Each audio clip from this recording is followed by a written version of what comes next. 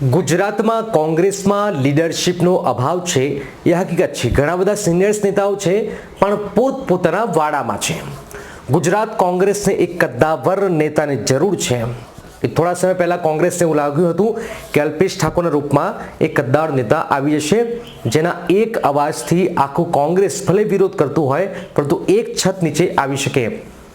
શું કોંગ્રેસમાં રાજસ્થાન જેવી પરિસ્થિતિ ન સર્જાય? રાજસ્થાનમાં અશોક ગેહલોત, સચિન પાયલોટ, સીપી જોશી એક અવાજ બોલે તો આખા કોંગ્રેસીઓ એક છત નીચે આવી જાય. મધ્યપ્રદેશમાં જુઓ, જ્યોતિરાદિત્ય સિંધિયા બોલે, કમલનાથ બોલે, દિગ્વિજયસિંહ બોલે, આ તમામ નેતાઓની એક અલગ વર્ચસ્વ છે અને આ ત્રણ નેતાઓ બોલે એ ફાઇનલ. પરંતુ ગુજરાતમાં કોંગ્રેસ ક્યાં કચાશ થઈ રહી છે એને આપ સમજવાની જરૂર છે કે પહેલાં તો ગુજરાત કોંગ્રેસમાં એ લીડરશિપ નથી અને એટલો મોટો કદ્દાવર નેતા નથી. એ પછી અમિત ચાવડા હોય, શક્તિસિંહ હોય, અર્જુનભાઈ હોય, ભરતસિંહ હોય, આ તમામ નેતાઓ એટલા કદ્દાવર નથી કે જે એક છત નીચે એક અવાજે બોલાવે અને તમામ લોકો આવી જાય. અને એટલા જ કારણે કોંગ્રેસમાં વિકેટો પડવાનો સિલસિલો ચાલુ છે. તો હવે કોંગ્રેસને એ લીડર મળવા જઈ રહ્યા છે. આ સવાલ એટલા માટે હું કહી રહ્યો છું દોસ્તો, બિલકુલ વાત સાચી છે. કોંગ્રેસને એ લીડર કદાચ મળી શકે છે અને એ લીડરનું નામ હોઈ શકે છે યુવા દિલોની ધડકન હાર્દિક પટેલ. આપ કહેતા હશો કે હું હાર્દિકનો ફેન છું. હાર્દિકે જે કામ કર્યું છે એ ઘણું અસંખ્ય કામ કર્યું છે, તો 10% અનામત પણ ન મળતી. તો આ ઘણી બધી બાબતો છે જે હાર્દિક કારણે આખા દેશને મળી છે. હાર્દિક યુવા દિલોની ધડકન છે અને એટલા જ પાટીદારોનો ચહેરો છે. અને ગુજરાત કોંગ્રેસમાં પાટીદારોના ચહેરામાં લગભગ પરેશ ધાનાણીને બાદ કરતા એટલો મોટો કોઈ ચહેરો છે નહીં ગુજરાત કોંગ્રેસમાં. તો એક તરફ પાટીદારો પણ આકર્ષા છે અને પાટીદારો વગર ગુજરાત કલ્પી પણ ન શકાય, એ પણ એક હકીકત છે. તો હાર્દિકની સાથે સાથે અન્ય સમાજના લોકો પણ આવી શકે છે, એ હકીકત છે. અને એટલા જ માટે હાર્દિક એક મોટો લીડર, મતલબ કે બાહુબલી કોંગ્રેસનો કેપ્ટન બને તો પણ નવાય નહીં. હવે આપ જુઓ કે ગુજરાત કોંગ્રેસમાં છેલ્લા કેટલાક સમયથી વિકેટો પડવાની સિલસિલો છે. કેટલાક ગુજરાત કોંગ્રેસ વિધાનસભામાં જે પરિસ્થિતિ છે હાર્દિક અને ત્રિપુટીના કારણે થઈ હતી. અલ્પેશ કોંગ્રેસ એવું લાગ્યું કે અલ્પેશ ઠાકોર નામનો એક ચહેરો જે કદ્દાવર બનશે, પરંતુ અલ્પેશે ગોળ રાજનીતિમાં પોતાની જ રાજનીતિ લગભગ ખતમ કરી હોય એવું લાગી રહ્યું છે. આવી પરિસ્થિતિમાં ગુજરાત કોંગ્રેસ અને દિલ્હી કોંગ્રેસ એક ગુજરાતમાં એક લીડરશિપ ઊભી કરવા માગે છે, જે વિધાનસભા પહેલાં પણ કરવા માગતું હતું પણ એ ન થયું.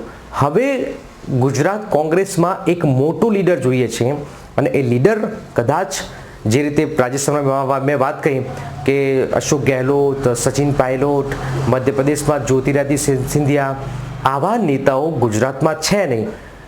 છે તો એમનું એટલું વજૂદ નથી. વજૂદ પણ હોવું જોઈએ, કદ પણ હોવું જોઈએ, એમની વાત માનવા પણ હોવા જોઈએ. તો આવી પરિસ્થિતિ એક નેતા પાસે છે અને એ નેતા હોય તો હાર્દિક પટેલ. હાર્દિક પટેલના બોલવાથી એ તમામ નેતાઓ માનશે, કારણ કે હાર્દિકે ઘણા બધાને વિધાનસભા ચૂંટણીમાં અડધા તો હાર્દિકના કારણે ઘણા બધા જીતી ગયા છે.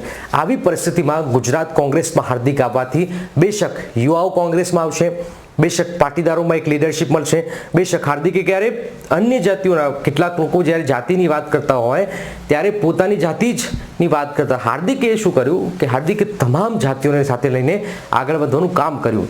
એટલા જ માટે હાર્દિક આગામી સમયમાં ગુજરાત કોંગ્રેસનો કેપ્ટન ન બને તો જ નવાય. હવે જુઓ કે હાર્દિકનું એક જે વિચાર છે લોકસભા ચૂંટણી લડવાનો, એક બાજુ કેટલાક લોકો કહી રહ્યા છે કે યુવાઓ રાજનીતિમાં આવવું જોઈએ અને એ જ લોકો કહી રહ્યા છે કે હાર્દિકે ના આવવું જોઈએ. તો હાર્દિક યુવા જ છે અને એને તો જેલમાં રહેલો છે, એ તો લડ્યો છે, એને પણ અનેક કેસો હાલમાં ચાલી રહ્યા છે. તો આટલી બધી મુશ્કેલીઓ વચ્ચે હાર્દિક આજે અડીખમ છે અને એટલા જ માટે લોકસભા લડશે.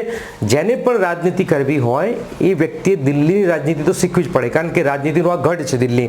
તો હાર્દિક પણ એ જ પ્રયાસ કરવાનો છે અને એ જ પ્રયત્ન કરવા જઈ રહ્યો છે કે દિલ્હીની રાજનીતિ શીખી લેવામાં આવે, કારણ કે છેલ્લા કેટલાક સમયથી હાર્દિકે તમામ નેતાઓ સાથે સમય પસાર કર્યો છે. મમતા બેનર્જી હોય, ઇવન નીતિશ કુમાર હોય, અખિલેશ યાદવ હોય, તો આ તમામ લોકો પાસે હાર્દિકે રાજનીતિ શીખી છે અને એટલા જ માટે એ રાજનીતિને હજુ પણ મેચ્યોર બનાવવા માગે છે અને આગામી 2022 સુધી એનો પ્લાન ખૂબ જ સક્સેસફુલ બનાવવા માગે છે અને 2022માં ગુજરાત કોંગ્રેસ વિધાનસભામાં હાર્દિકના ચહેરા પર ચૂંટણી લડે તો નવાય નહીં, કારણ કે હાર્દિક ત્યાં સુધી એક મજબૂત એક પરિપક્વ રાજકારણી બનવા જઈ રહ્યો છે અને એટલા જ માટે હાર્દિક ખૂબ જ મહત્વપૂર્ણ રોલ આગામી સમયમાં કોંગ્રેસમાં ભજવવાનો છે એ હકીકત છે.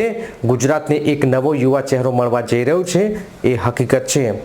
હાર્દિક, જિગ્નેશ અને અલ્પેશ આ 3 લોકો કોંગ્રેસને ટેક ઓવર ન કરી દે તો જ નવાય નહીં, આ હકીકત છે. અને જે એસીમાં બેસીને વિરોધ કરે છે આવા નેતાઓનો હવે સાઇડલાઇન થઈ જાય તો નવાય નહીં, કારણ કે અલ્પેશની અલગ રાજનીતિ છે, જિગ્નેશની અલગ રાજનીતિ છે અને હાર્દિકની એક અલગ સકારાત્મક રાજનીતિ પણ જોવામાં આવી રહી છે.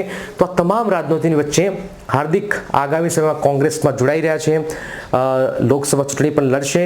આવી પરિસ્થિતિમાં હાર્દિક આગામી સમયમાં કોંગ્રેસનો બાહુબલી બને તો નવાય નહીં. दोस्तों आ वीडियो पसंद आया हो तो प्लीज़ शेयर करो, सब्सक्राइब करो. सब्सक्राइब नीचे लाल बटन दिखाशे आपने एक क्लिक करी दो, बाजू में बेल आइकन है बेल आइकन दबाई दो, कारण के हूँ जेटला पण विडियो मूकूँ ए विडियो जोई शको छो. बिल्कुल फ्री है, कोई पण प्रकारनो आपणे चार्ज आपवानो छे नहीं, फ्री है. शेयर करो અને સબસ્ક્રાઇબ કરો. જય હિન્દ, જય ભારત. લોકસભા ચૂંટણી આવી રહી છે દર્શક મિત્રો. હા, તો આ પ્રકારના વિડીયોઝ, આ પ્રકારની નવી નવી કહાનીઓ લેતો આવીશ આપણા માટે, તો પ્લીઝ સબસ્ક્રાઇબ કરો. જય હિન્દ, જય ભારત.